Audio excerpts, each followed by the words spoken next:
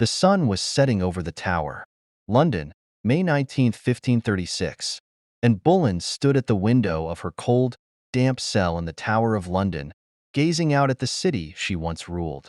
The sun was setting, casting a golden glow over the rooftops, but Anne's heart was shrouded in darkness. Just 3 years ago, she had been the Queen of England, married to the mighty Henry VIII. Their love had been passionate, all-consuming, and Anne had believed it would last a lifetime. But Henry's desire for a male heir had become an obsession, and Anne's failure to deliver had sealed her fate. The king's eyes had wandered to Jane Seymour, a timid, obedient woman who would soon take Anne's place.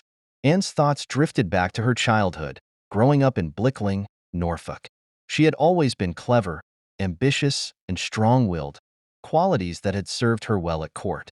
Her father, Thomas Boleyn, had pushed her to secure an advantageous marriage, and Anne had caught the eye of Henry Percy, but their engagement was denied. Then, she met Henry VIII. Their secret marriage in 1533 had been a whirlwind romance, with Anne becoming pregnant soon after. But the child was a girl, Elizabeth, and Henry's disappointment was palpable. As the months passed, Anne's sharp tongue and increasing unpopularity had eroded Henry's affection. The once devoted husband had become a ruthless adversary, determined to destroy her. The charges against her were absurd: adultery, incest, and treason. The trial had been a sham, with witnesses testifying against her. Anne knew she was innocent, but the outcome was predetermined. The door to her cell creaked open, and the executioner, Jan Rombod, entered. "It is time, Your Majesty," he said, his voice low and somber, and stood tall, her eyes flashing with defiance. "I am innocent," she declared. "I die a loyal wife, and I pray God will save my daughter." With a steady hand, Anne removed her cloak and necklace, giving them to her maid. She knelt on the executioner's scaffold, her head held high. The sun dipped below the horizon as the executioner's sword sliced through the air, ending Anne Boleyn's life.